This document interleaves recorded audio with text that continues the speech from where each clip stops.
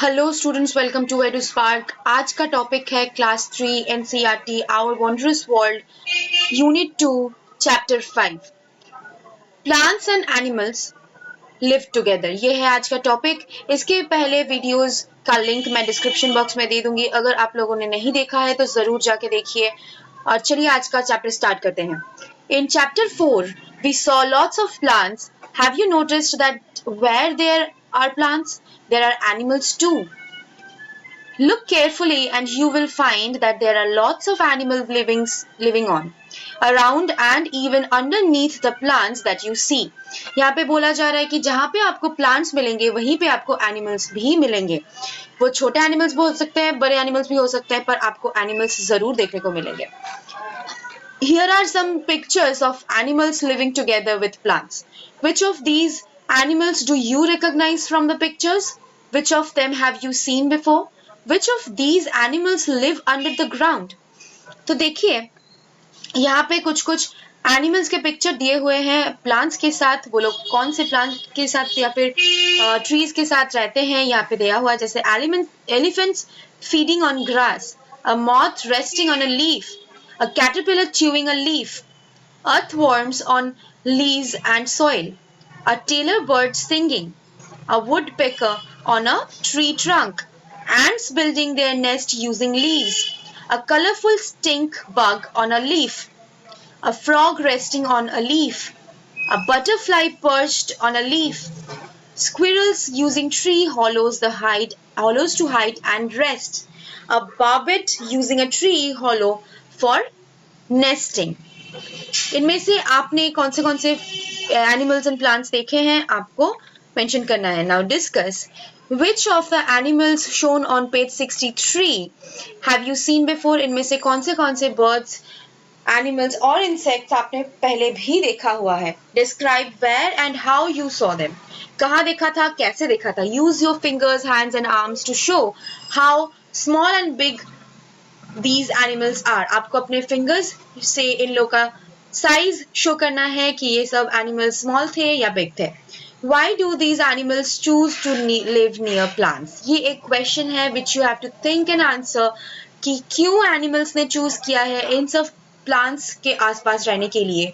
Definitely for food and shelter, खाना और shelter के लिए, ठीक है। और भी अगर कुछ आपके दिमाग में आता है तो वो आप डिस्क्रिप्शन बॉक्स में कमेंट बॉक्स में जरूर लिखना, ठीक है। Now next, life in the soil. Stand on the soil next to a plant if you are comfortable, remove your footwear. What colour is the soil under your feet? आपको किसी भी plant के पास में सॉइल में without your shoes आपको खड़े होना है और आपको देखना है उस सॉइल का कलर क्या है। इनमें से कौन से टाइप का सॉइल आपको देखने को मिलता है। Pick up a little soil near your plant friend with your hands. How does it look and feel? आपने लास्ट चैप्टर में पढ़ा हुआ था कि एक प्लांट फ्रेंड आपको रखना है आपके घर में जिसको आपको केयर करना है। You have to water that plant every day. उसका सॉइल आपको अपने हाथ में लेना है और वो कैसा फील उस सॉइल को अपने हाथ में रख के आपको कैसा फील होता है, वो कैसा दिखता है, ये आपको लिखना है। Is it dry, damp, rough, smooth, hard और ग्रेनी? कैसा टाइप का है। Did you find any leaves और insects in the soil? Soil में आपको कोई लीव्स या इंसेक्ट्स दिखा या नहीं। Now smell this soil and remember it.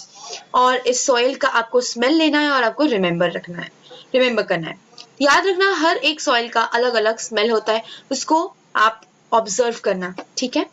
तो यहाँ पे आपको टिक करना है कि सॉइल, माई सॉइल फेल्ट, आपको सॉइल कैसा लगा, रफ था, स्मूथ था, हार्ड था या ग्रेनी था। द सॉइल हैड, सॉइल में क्या था, नथिंग, कुछ भी नहीं, लीव्स था, स्मॉल स्टोन्स और इंसेक्ट्स, जो भी था आपको इसके पास वाले बॉक्स में बस टिक करना है, ठीक है। Repeat the above activity a day after it rains. कब करना है, रेन के ठीक बाद वाले दिन। Remember to pick up the soil from the same place. Did you find any differences in the look, feel and smell of the soil? Rain होने के पहले करना है, फिर रेन के बाद करना है और आपको फिर ऑब्जर्व करना है कि दोनों में कोई डिफरेंस है या नहीं, स्मेल में या फिर उसके लुक में, फील में कोई डिफरेंस आया है या नहीं। Pick up a little soil from another place far away from any plants. Is it different from the soil that you collected earlier? In what veg? फिर आपको कोई अलग जगह से सॉइल को कलेक्ट करना है और आपको कंपेयर करना है कि पहले वाले सॉइल से दूसरा दिन का सॉइल कितना अलग है और कैसे अलग है. Examine the soil more carefully. What small things do you notice in it? फिर से आपको ऑब्जर्व करना है सॉइल में अगर कुछ आपको अलग मिलता है तो.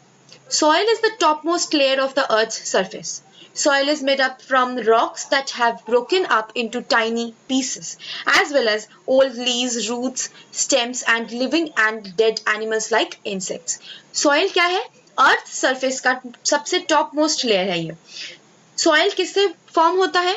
रॉक से होता है, old leaves, roots, stems, living and dead animal से, या जैसे कि इंसेक्ट से सॉइल सॉइल आता है. Soil has many insects and other creatures living in it. Soil में हम लोग देखते हैं बहुत सारे इंसेक्ट्स या क्रिएचर्स रहते हैं. Some you can see and some are too small to see. On the top layer of soil and moving around between the grass and leaves, you might find insects like ants, termites, small beetles and grasshoppers. जब आप soil में चलोगे तब आपको बहुत सारे छोटे या बड़े इंसेक्ट्स या एनिमल्स आपको देखने को मिलेंगे. कुछ कुछ बहुत छोटे हैं जो हमारे आंखों में नहीं आते हैं, कुछ कुछ ऐसे हैं जो हम देख सकते हैं. When it rains and the soil is wet, other creatures like earthworms and millipedes may appear too. You may also find more grasses and other plants growing in the soil. Soil में जब rain होता है तब वो wait हो जाता है, तो earthworms, millipedes ऐसे और भी बहुत सारा creatures हमको देखने को मिल सकते हैं. Now, a question to discuss. In the monsoons, बारिश के मौसम में, you may find many more plants and animals around. Where did these new plants and animals come from? अचानक से मॉनसून के टाइम पे ये प्लांट्स एंड एनिमल्स कहाँ से आया? Why could you not see them earlier? ये सब पहले क्यों नहीं था? ये आपको अपने पेरेंट्स के हेल्प से डिस्कस करना है और आपको आंसर करना है. एक्टिविटी है, stand near your plant friend and look around. How many different animals do you spot? Describe them in words and fill in the table. You may use the given pictures if needed. I saw, describe, आपको observe करना है आपके friend plant के पास में कौन से insect या animals को आपने देखा था, कहाँ पे देखा था, वो लोग क्या कर रहे थे. जैसे यहाँ पे है अ स्मॉल हॉपिंग इंसेक्ट, क्या था वो? The grass. कहाँ पे देखा था? The grass. एंड क्या कर रहा था? Jumping around. ऐसे ही आपको बाकी एनिमल्स के नाम लिखने हैं, कहाँ पे देखा था ये लिखना है और वो लोग क्या कर रहे थे ये लिखना है. यहाँ पे कुछ कुछ एग्जाम्पल्स आपको दिए हुए हैं, जैसे red bugs, blue flying insect, ends, butterfly, garden lizard. Do you know animals, birds and insects use different parts of plants for food, shelter and resting? Animals, अलग-अलग animals, birds and insects plants या trees के अलग parts या different parts use करते हैं food, shelter and rest के लिए. जैसे camels eat leaves of plants for food. Birds like owls use hollows in the trees to bring up their young ones. Shelter की तरह यूज करते हैं. Squirrels and crows use twigs from plants to build their nests and to bring up their young ones, again as a shelter. Monkeys love eating the fruits of plants, food. Sunbirds and butterflies drink nectar from different flowers as a food. Tailor birds stitch leaves of plants to build their nests as a shelter. Bats and leopards use the branches of trees to rest and for shelter. Caterpillars munch on different leaves of plants for food. How many of these animals have you seen? Watch out for them. इनमें से ऊपर में जो भी हम लोगों ने animals के बारे में डिस्कस किया है, कौन से एनिमल्स या इंसेक्ट्स को आपने पहले देखा हुआ है, उन सब के नाम आपको लिखना है. Activity 3. Sounds of birds. Close your eyes and try to listen to the sounds of birds. Do you hear any bird sounds? Can you see which bird are making these sounds? आपको अपने आंखें बंद करके focus करना है कि आपके आसपास आप कोई भी बर्ड्स का साउंड सुन सकते हो या नहीं. अगर आप सुन पा रहे हो तो वो आंखें खोल के देखो कि कौन से बर्ड्स ऐसे साउंड्स निकाल रहे हैं. Cup your eyes with your hands as shown in the picture and point your face towards the direction of the bird sound. Can you hear the sound more clearly? ऐसे आपको अपने हाथ कान के पास लाके आपको सुनना है कि क्या वही साउंड्स आप और भी क्लियरली सुन सकते हो. Different birds, different sounds. Recall the bird sounds you have listened to. Try to produce the sounds that different birds make. Try to write down the following table to sound of any birds you have heard. यहाँ पे आपको birds के नाम लिखना है और वो लोग क्या sounds उनमें वो लोग क्या sounds कर रहे थे ये आपको लिखना है. जैसे यहाँ पे pigeon, गुटरुगु, ठीक है. ऐसे ही आपको birds के नाम के साथ उनका sound लिखना है. If you do not hear any sounds of birds, what do you think is the reason? अगर कोई भी bird का sound नहीं आ रहा है तो फिर reason क्या हो सकता है? Do you hear more bird sounds? In the early morning, in the afternoon, in the evening, कब birds के sounds ज़्यादा आते हैं? Morning, evening, afternoon, कब? यहाँ पे कुछ questions हैं which you have to answer, discuss. What was the color and texture of the 2 soil specimens that you collected during the previous activity? In which month did you pick up them? Did they smell different? And can you describe the smells? आपको बोलना है कि जो 2 soil specimens आपने पहले collect किया था वो लोग अपने एक दूसरे से कैसे अलग हैं और कैसे different smell करता है. During which month did fresh new leaves appear on the plant that you were observing? जो आपका plant friend था उसमें new leaves कब आ रहे हैं, कौन से month में, वो आपको observe करना है. Which animals, birds and insects did you notice around plants? Plants के आसपास आपको कौन से birds, animals या insects देखने को मिले हैं? Recall and write about how animals, birds and insects rely on plants. Which one was your favorite example?